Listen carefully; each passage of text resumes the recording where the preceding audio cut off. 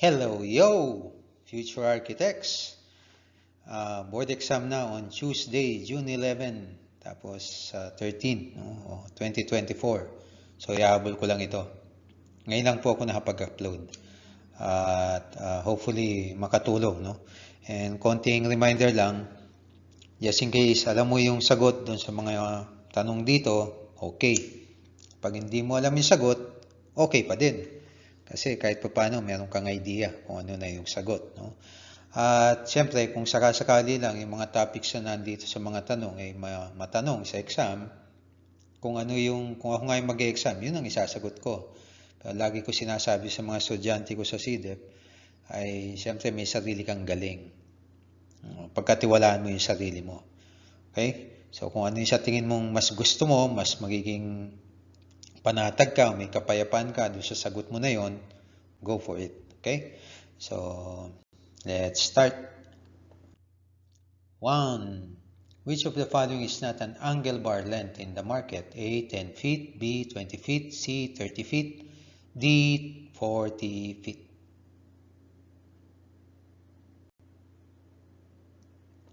Ang sagot, 10 feet. No? Ang pinaka-common, siyempre, yung 20 feet. Pagka 30 feet, may mabibilang ka naman, pero sa mga direct supplier niya, punta kang Power Steel, ganyan. Meron silang mga ganyan na haba. Pero punta kang hardware, ang pinakamaiksi ay 20 feet. So, usually, ang mga angle, di ba, merong equal leg. So, yan, 2 pulgada. Meron din unequal. Yan yun, 2, 3. Okay, yun. So, next. 2. Which deck tank will you least recommend? A. PE o polyethylene, B. RC o reinforced concrete, C. fiberglass, D. corrugated.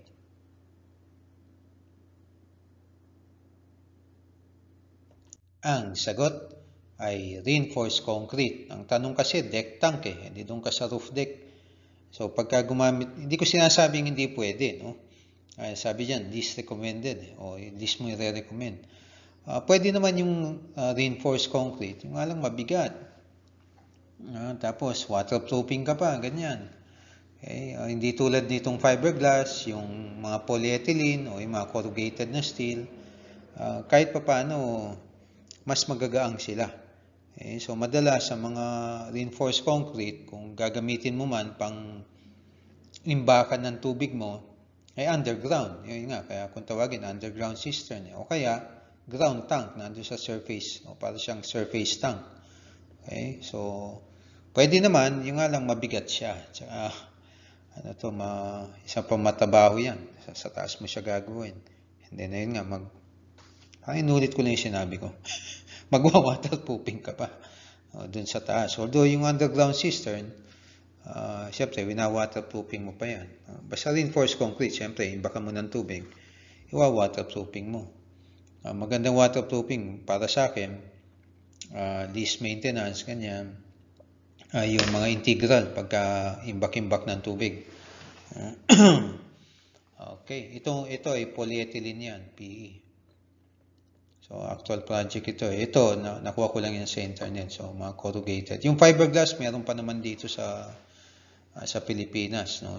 Usually, mga tangke na nabibili, yung capacity, pag nagtanong ka sa supplier, usually liters. So, pwede rin, meron din naman silang, pag sinabi mo liters, pwede naman gallons din. No? So, minsan, may pagkakataon na yung mga polyethylene, mas mahal sa fiberglass.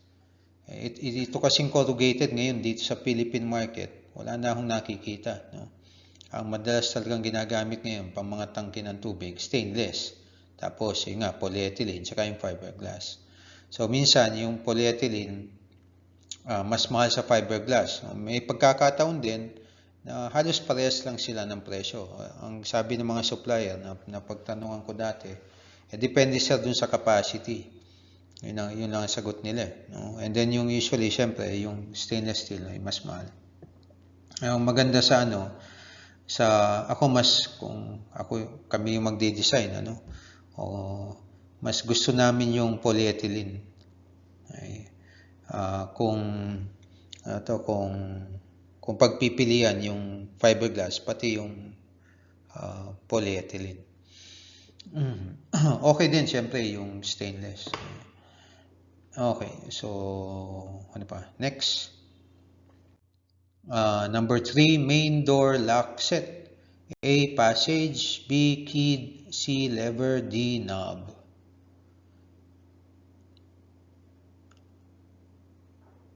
Ang sagot ay key. Siyempre, nasususiyan o yung kung tawagin, entrance type. Entrance type. Ngayon, yung passage type, saan yung entrance type? Ayan, yung nasususiyan na yun. No? Ito, nasususiyan din. May susi. Kaya nga lock set eh. Nalalak mo. Ngayon, yung lever, yun lang yung pinaka-handle ng lock set mo. Yung knob, yun lang din yung handle ng lock set mo para ma-operate mo, para mabuksan mo, di ba? So, hindi sila talaga lock set na literal o type ng lock set. O pwede, nasanay tayo dito sa atin, lever type. Pero pag sinabi natin lever type, dapat nandun yung lever type lock set. Kasi pwedeng may mga lever type na, ayun, passage lang.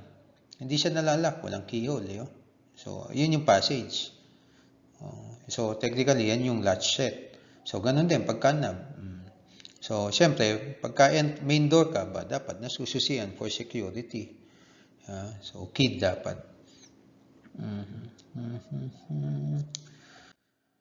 Number 4, an individual CKT is not needed for A, 3.5 kilowatt single point water heater, B, washing machine, top load, C, water pump, inverter, D, window type aircon, non-inverter.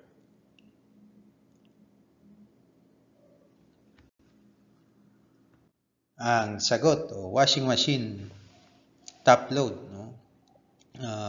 Actually, kahit na yung front load yung CKT is circuito sa electrical language. No?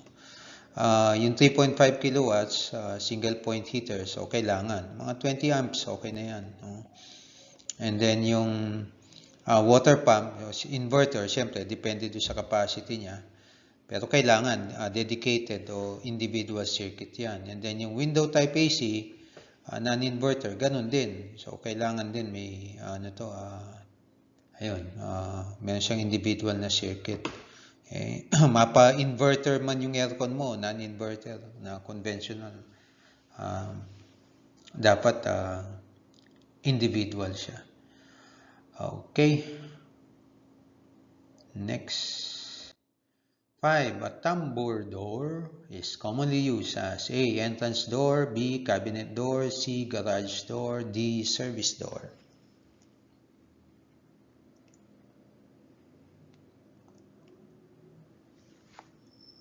Ang sagot, ayan, cabinet door. Yan yung mga nai-slide. No? Parang minsan pa-curve. Ito parang gaganon doon. Ito parang, ayan, gaganyan dyan. So, ano siya, mga medyo, ang tawag ng iba, cool. Ayan, no? Ngayon, yung garage door, pwede tayong gumamit ng, overhead door, di ba? Pati yung mga roll-up door, ganyan. O service door, syempre, service entrance and then entrance door. Yun ang masasabi ko dyan. So, next. 6. A scupper drain is best for A, canopies, B, roof deck, C, bathrooms, D, ledges.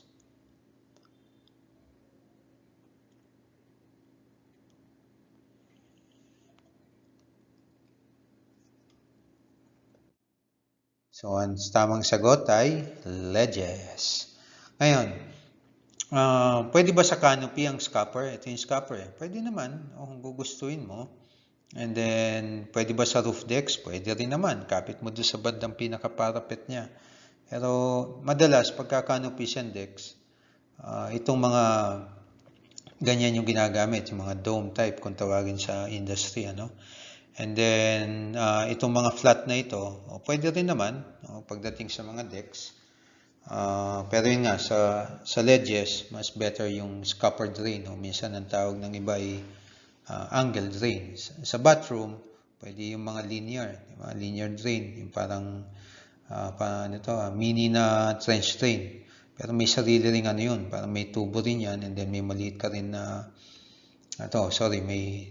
dito may dudugtong yung o yung tubo mo, tapos may maliit ka na trench doon. Medyo nauso-uso rin yan. So, itong nakikita nyo na yan, yung kulay asul, body ng drain yan. Yung takip, usually ang tawag lang natin strainer. Pero minsan sa ibang mga project o ibang mga trabaho, ang papansin mo, ito yung tubo, nilalagay lang dun yung strainer o yung cover, wala sila mga body. Ang maganda kasi pagka body, mas madali mong ma-layout. Okay, next. 7. Best tool for cutting reflective glasses. Ay, glass lang pala. A. Orbit glass cutter. B. Linear glass cutter. C. Carbide tip glass cutter. D. Diamond tip glass cutter.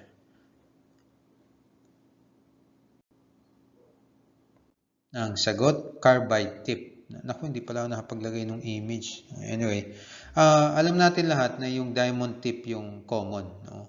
Pero ang ano kasi problema sa pagka reflective ang ikakat mo, yung mga ibang mga tinted glass. Pag diamond tip glass cutter, yung handle, yung pencil type, ang ginamit mo, minsan nagmamark, kunyari, ito yung reflective glass mo, no? Pag kinat mo dyan, o kaya nag-mark ka ng sukat mo doon gamit ang diamond, makikita mo yung kulay parang puti, ganun, no? So, may gas-gas parang ganun. So, unlike pagka-carbide, wala kang mapapansin. Kasi tsaka pagdating sa diamond tip, kailangan mo talagang siguraduhin na yung diamond, yung lalapat sa salamin mo eh. Hindi tulad sa carbide, pag ganun mo, okay lang. Sorry, hindi ko napaglagay ng image. Mas madali sana ma-explain. Anyway, pero kung just in case, matanong yung ganyan, kung wala doon yung carbide, edi mag-diamond ka. No? Kasi pwede naman talaga siya. Pero mas maganda lang talaga yung carbide. Walang such thing as orbit and linear glass cutter. Next. So, this tool is best for, yun yung image, medyo malinaw pa yan, sabi ng iba. Yung mga estudyante dati parang na-share nila sa group, identify this Filipino architect, kulay itim lang talaga, walang mukha. So, pagka ganun ang lagi kong kahit nung exams namin, ganun, no? May malinaw, may sobrang labo. Itetest sa inyo yung yung composure nyo, mainis ka ba, mairita ka ba, ganyan. So, siyempre, pag nagpadala ka na, ang labo naman ito, paano ko masasagutan ito? Yung concentration mo mawawala. So, ganun din naman, tinetest ng PR BOA, yung pagkatao nyo, no? Kasi pagdating sa totoong buhay, minsan may nakakainis ng mga trabaho talaga. So, dapat kalma ka lang, no? Easy lang. So, again, ang tanong ay, this tool is best for A. Tangilid door frames, B. Gypsum ceiling boards, C. Skim-coated walls, D. Tubular steel stringer. Ang sagot, tangilid door frames, kahoy. Mas okay yung sander, belt sander yan. No? Actually, pati yung orbit sander, mas okay sila sa kahoy. Mahirap na gamitin yan pang gypsum, yan, sa kisame, no? O hindi ko sinasabing hindi sila pwede. Pwede naman, no? Pero mas effective sila pagkakahoy na surface. Lalo na pagdating sa skim coat. Yung skim coat, pagka iba-iba, syempre naghahabol ka diyan ng ng kayusan ng pader, di ba? So, yung hipo, iba yung hipo ng pagkagamit mo, yung normal na liha, hawak ng isang pintor, ganyan. Iba yung tansya nila. Iba yung tansya ng pagliliha. Kasi kunyari, ito yung pader, malalaman ng pintor na kailangan dito talagang madiin yung pagkakaliha. No? Pero yung katabi niya, dapat saktong-sakli lang, ganyan. No? Dito, kung ano yung lakas niya, constant lang siya. No? So, yun. Sa experience ko, usually mas okay siya for wood. Okay. Next. Okay. 9, which is best for connection of aluminum sections? A, bolt. B, sealant. C, blind rivet. D, self-tapping screw.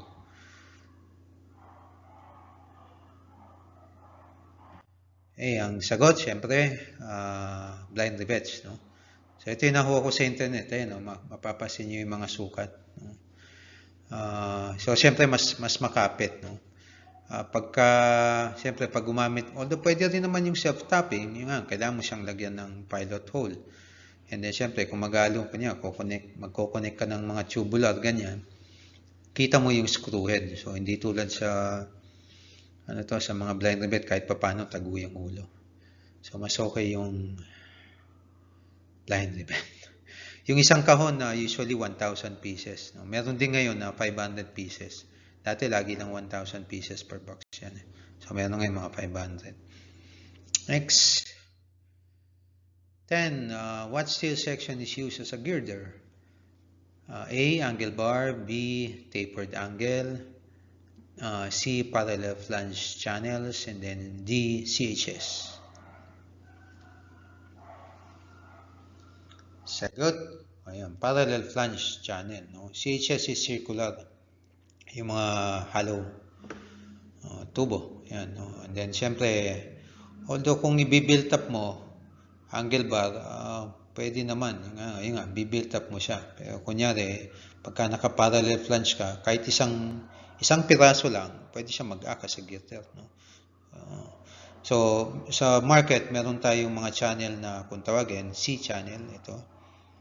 Ayan, C yan. So, meron ding U channel. So, ito naman yung U. Ayan, U din ito. Papasin nyo, pagka C, parang, ayun, bumababa ng konti doon. Ayan, hindi pagdating ng U, diretso lang halos doon.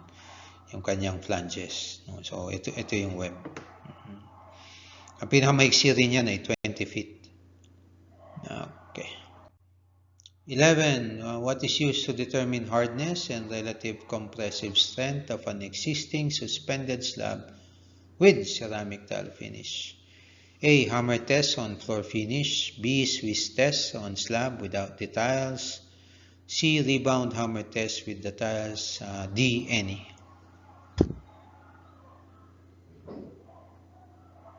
Sagot. Ayun, Swiss test. Actually, Swiss test is another word or another term for rebound hammer kasi yung naka-invento ng rebound hammer test ay isang Swiss. Ngayon, bakit B yung sagot? Kasi dapat pagka magte-test ka, hanggat maaari, dun sa exposed concrete surface. Hindi dun sa, ayan, yung sa tiles, no? Hanggat maaari, dun mismo sa konkreto. Yun yung recommended. So, dapat, ayan, mas okay. Ngayon, yung hammer testing, siyempre iba pa rin yung makukuha mo, yung isang alternative dito, kaya nga relative compressive lang. Kung gusto mo talaga ma-determine yung actual strength ng isang reinforced concrete member, mag-core test ka. Ayun, co-coring ka. Kunyari, ito yung pader mo, kukuha ka ng specimen, yung specimen na yon na isang core, ipapa-compressive test mo. Ayun, malalaman mo talaga kung ano yung compressive strength niya. Mas okay na ayun. Yung nga lang ito kasi matagal gawin, matabaho, ganyan. Hindi tulad nito sa rebound, hindi ka na magko-coding, yung bubutas, mismong directly na sa surface. Okay. Next. 12. Why are inverted beams used? A. Minimize cracking on the surface of the beam. B. For architectural effect. C. For added strength in a cantilevered roof. D. To allow headroom clearance.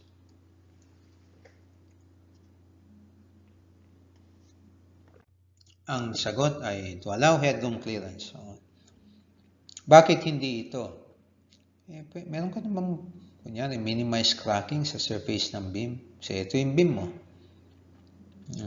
Ito, surface ng beam yan. Ito, surface ng beam. Ito, surface ng beam. Yan, surface ng beam. So, punong-puno ng reinforcement yan. Unless mali yung pagkakabakal mo, hindi naman magkarack-rack yan. No? Tsaka, kung ikaw yung arkitekto, kumbaga, o structural engineer, hindi ka mag-inverted para lang for the sole purpose of minimizing the cracking o cracks na pwedeng ma-encounter ng beam mo, no? And then, bakit hindi architectural effect? Pwede ka naman magkaroon ng architectural effect na iba, no? Without using inverted beams, no? And then for added strength in the cantilevered roof. Kahit na cantilevered slab, unang-una, ba't ko pakikialaman itong letter C na ito? Wala naman doon sa problem yung, hindi naman na-mention yung cantilevered roof. Diba? Hindi mo naman nakikita yung design. O, kunyari, yung actual. Paano mo masasabing magbibigyan ng added strength yung cantilevered roof? By using inverted beam. So, to allow headroom clearance. No? Kasi nga, di ba, ewan ko kung na-encounter nyo sa mga practice nyo, experience nyo, kung ito yung biga, no, non-inverted, minsan, di ba, tinatago talaga natin yan sa kisame. No? Ngayon, kung sobrang lalim yung depth ng ano mo, siyempre, yung clearance mo, magiging mababa. Ako, parang 2 beses pa lang yata ako ng inverted. At ang unang pumasok talaga, ba't ka mag-inverted? Ayun, para clear yung ano mo, headroom mo. Okay? So, dun ako sa D. Okay, next. Common refrigerant used in window type and split type AC system. A. Freon. B. R22. C. R401A. D. R1.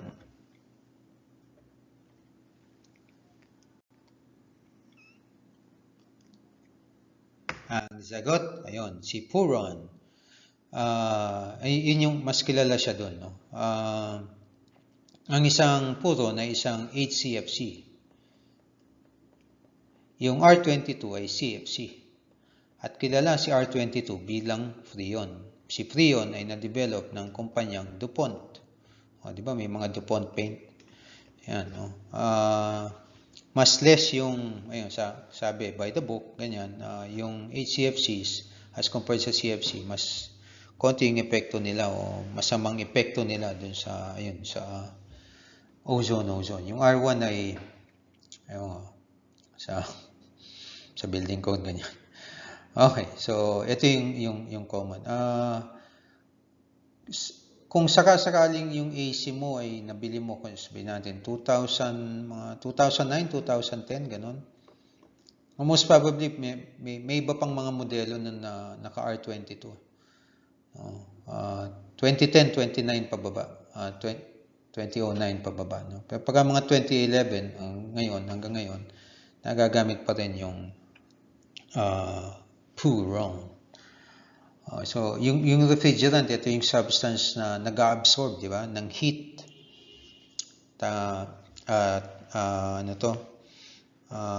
Tapos, siya rin yung pinapalamig. So, kumbaga, parang main component siya o ingredient dun sa refrigeration system mo. Painitin siya and then papalamigin siya para yung lamig na yon ay gagamitin ng fan ng isang AC para mapag-produce ng cool air o ma-supply ng air na malamig sa space mo. Okay, next. 14. Required slope of waterline pipes. A. 1%, B. 2%, C. 3%, D. None. Ang sagot, wala namang kailangan. No? Itong mga ito, madalas, di ba, pang mga sanitary, soil pipes, waste pipes, ganyan. Ang standard ay 2%. Although, yung mga ganyan, pwede ka rin namang mag 1%, 0.5% kung sakaling may mga con-free, con-site, ganyan, o kaya sobrang laki ng tubo mo. Okay? Pero 3% hindi. Hindi nagagamit yan sa actual siguro, case to case. Ngayon, yung mga linya ng tubig, yan, diretso lang yan. Diyan ito yung araw eh. So, pag ano yung supply mo, no? Ito yung galing sa utility company. So, diretso lang lahat yan. So, ito yung water meter. Ito yung stop valve. And then, ito yung check valve. Kahit ano pa yung tubo na gamit ng project mo, si Manila Water, Maynila, yung ginagamit pa rin nila dito, GI pipe. Pero yung linya, kung saan sila nakakonekta, pwedeng HDPE din. Okay. Next. 15. What is a computer-based control system that centrally controls and monitors building system? A. Building information system. B. Computer technology system. C. Building management system. D. Automated control building system. Sagot, ayun, building management system. There's no such thing as automated control building system. No? Building automation system, meron pa. Building energy management system, meron pa. So, ang mas nagumpisa siyempre dun sa term na yun nga, yung BMS. No? Ang BMS may software, may hardware na component. Itong mga ito yung medyo may kilala, no, na nagpo-provide ng BMS sa mga projects, no. Okay, so next. 16. Which company can furnish a project with CCTV, BGM, and FDAS? A. Xiaomi Building Solutions. So B. Makita Building Management for luxury projects. C. AEG. D. Bosch. And sagot, ayun, si Bosch. No? Yung Makita, invento ko lang yan. Yung AEG, alam natin, power tools, di ba? Yung Mi, napakaraming produkto niyan, pero although may mabibili ka sa kanya yung mga camera ba yun, no? Pero wala silang BGM o background music, pati yung fire detection alarm system. So si Bosch meron. Ito yung kanyang FDAS, ito yung kanyang mga CCTV, dome type camera, ito yung amplifier, and then ito yung mga speaker ng BGM. Now, next. 17. If a wood door panel is primed with epoxy, which is the suitable finish coat? A. Quick drying enamel, water-based. B. Flat wall enamel. C. Lacquer enamel. D. Acrylic latex. And sagot, ayun, lacquer enamel, no? Kasi naka-epoxy prime ka eh. Diba? Ito, hindi po pwede yan. Yung mga yan, no? Lalo na ito, syempre. So, okay naman yung ito. Pwede rin actually yung automotive type, no, na lacquer, automotive type na acrylic. Pero mas maganda pagka kahoy yung mo, mag-lacquer enamel ka. So, pwede siyang i-roller, pwede siyang i-spray. Excuse mo. Okay, next. 18, which is not for interior use. A. Low-E coated glass. B. Laminated glass. C. Tinted glass. D. Tempered glass. Ang sagot, low-E coated glass. No? Kasi nga, yung low emissivity coating mo, yung purpose mo para yun, yung init na galing sa labas, kahit pa paano makatulong yung salamin o yung coating na hindi maramdaman ng interior mo. Diba? So, itong mga ito, pwede mong gamitin interior exterior. Diba? Okay, so ito, nakuha ko lang sa internet yan. So, pwede ka na mag-low-E kahit na hindi ka double glaze. Pero, mas okay kung nakakatulong siya further pagka naka-double glaze. Palitan ko lang yung kulay. Ayan. So, mapapansin nyo, sabi dito sa internet, nandito yung low-E mo. Yeah? Nandun sa loob. So, ito yung exterior mo. Diba? Ito yung interior mo. Ayan, yan yung pang ibang bansa. Dito sa atin, kung gagamit ka, so, yeah, ito yung salamin mo, no? Ito ulit yung labas, ito yung loob. Ilalagay mo yung low-E coating mo, dine. Yan. Hindi dito. Kasi pang mainit sa atin eh. Sa mga malalamig na klima, yan, okay ito. Dito sa atin, yan, dapat dyan ka. Pwedeng per square feet, yung usual na pa-coating. Kung kunya may existing ka na salamin, kaya mong baklasin pa, low-E mo, pwede naman. No? Pero syempre, pagka naka-double glaze ka, ang isang tawag ay insulating glass unit. So, unit na yan, unitize. Buo na darating on-site. So, nandun na yung argon. Tapos, syempre, nandun na rin yung low-E coating mo kung may low-E ka. Okay. Next. 19. Common end-to-end connection of HDPE pipes. A. Socket fusion. B. Butt fusion. C. Electric fusion. D. Saddle fusion. And sagot, ayun, but fusion, end-to-end Dulo ng tubo, dulo ng tubo. No? Hindi po pwede yung socket. Sorry, pwede rin naman yung socket, pero kasi ang socket, pwede rin siyang hindi end-to-end. No? Ibig sabihin, hindi dulo ng tubo at dulo ng tubo. No? Ngayon, pagka socket fusion ka, ayan, ito yung tubo mo, pwede ka may fitting, kunyari, elbow fitting. No? So, hindi siya dulo-dulo, ika nga. Pagka naman saddle fusion, ayan, meron kang saddle fitting o saddle connector, naka-angle yung connection mo. Pagka electric fusion, pwede naman, pero ang electric fusion kasi madalas iniinit mo yung loob para makonekta mo ang isang bagong linya. Mas common na ginagamit ang electric fusion sa mga linya ng tubig sa kalye. Kunyari, ito yung linya ng utility company. May project ka dito. Kukonekta yung project mo dyan. Ang gagawin ng utility company, no? Electric fusion. Pero kunyari, meron kang, say, George Fisher na HDPE.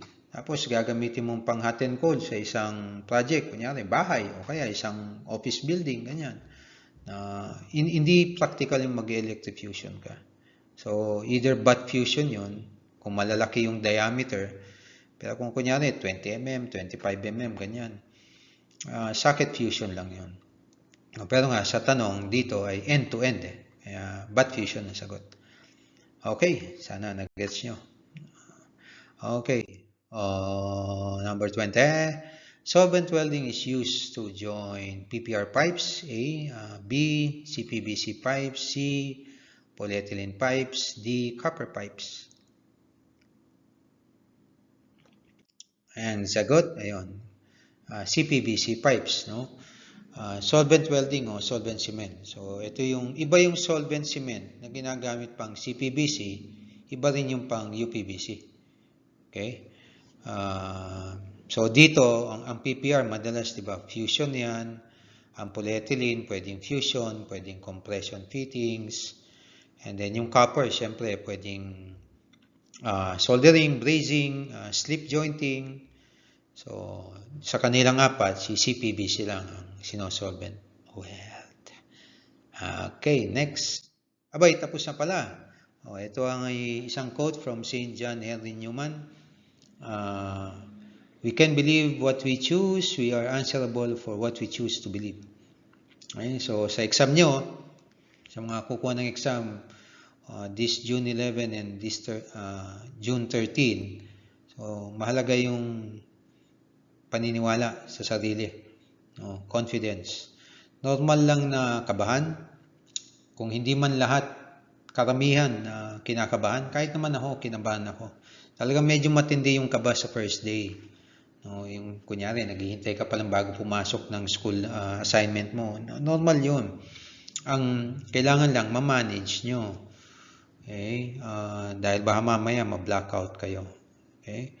So, ang magandang gawin dyan, just in case kinakabahan ka, paalala mo lang sa sarili mo na ang dami mong pinagdaanan, nag-aral kang mabuti, sapat na o maaring umaapaw na yung kailangan mo.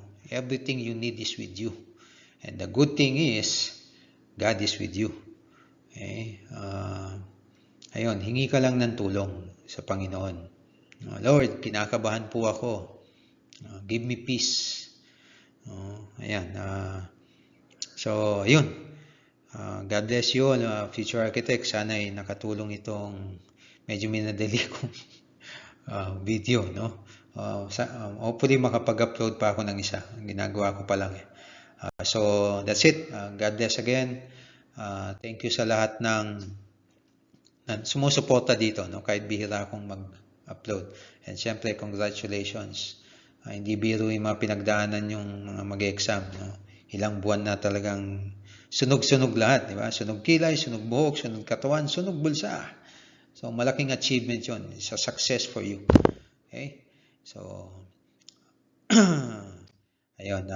Subscribe, like, kung gusto nyo i-share, kung may natutunan kayo sa mga pinagsasabi ko dito, ayun, i-share nyo sa iba. para somehow matuto din sila. Hindi para dun sa views ko or something, no?